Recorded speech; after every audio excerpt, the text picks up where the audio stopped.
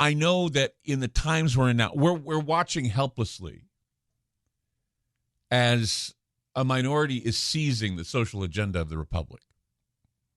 We are beginning to see how most of America is finding a disconnect with the rapid change in issues, social issues. And what's frightening is that the government, I've said this, and I'm going to say it again, and I'll say it again and say it again. When we do what we do, and what we're doing now is no different than what we've done in the past. We create angry leaders in the world. We create blowback, angry people who wish to plot and carry out terrorist activities.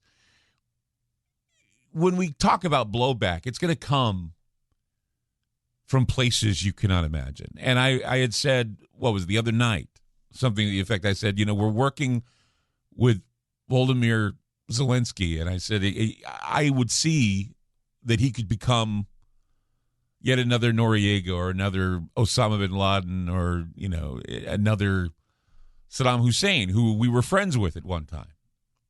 And then they became a blowback. Ukrainian President Volodymyr Zelensky. Sunday, he was on 60 Minutes, and I didn't have a chance to talk about this. But I was listening to him, and I've noticed he's angry.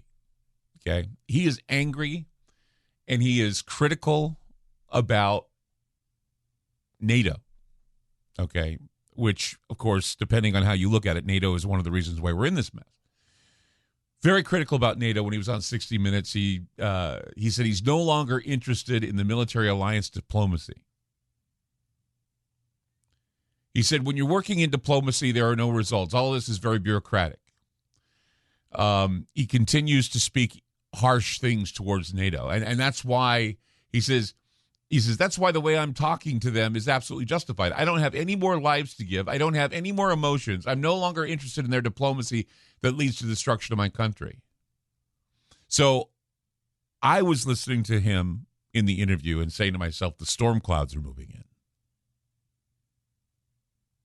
Storm clouds are moving in. Everything we're doing, the sanctions to Russia and everything, not working. Everything we're doing for Zelensky, not working. NATO is not giving Zelensky what he wants. And his patience is wearing thin. Since Russia invaded Ukraine on February 24th, Zelensky has been pleading with the United States and NATO to enforce a no-fly zone over Ukraine, which would mean the Western powers would be entering a direct conflict with Russia. For not going to war with Russia, Zelensky has slammed NATO as being weak and afraid of Moscow. He's saying that we're also weak and afraid of Moscow because we're a part of NATO. We're a part of that whole scheme. We never learn our lessons, do we? Just don't. I mean, this war is yet another example of how the leaders can sacrifice people for the reset agenda. Meanwhile, there are a minority of white Americans, mostly Christian right-wing individuals, that feel that they're losing their voice in America. And this is sending a signal to the authorities.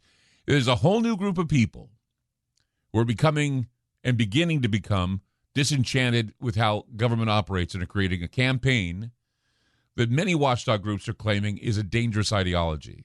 This is beyond that of MAGA. Okay, this is beyond that of QAnon. This is something where the silence is deafening. And the plans are in the making. Hear about shootings. We're hearing about what happened in the subway in New York. It was like a scene right out of Batman, in my opinion.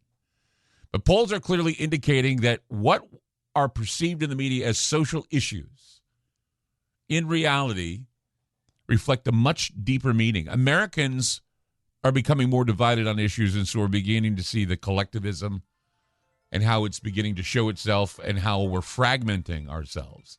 Collectivism has always been a tool that ensures that the public will most definitely eat itself and surrender to a new form of Marxism. That's history, guys. Pay attention to the history. Pay attention to how this all goes. You can pretty much figure out what's coming as we make this transition into a whole new world, a new world order.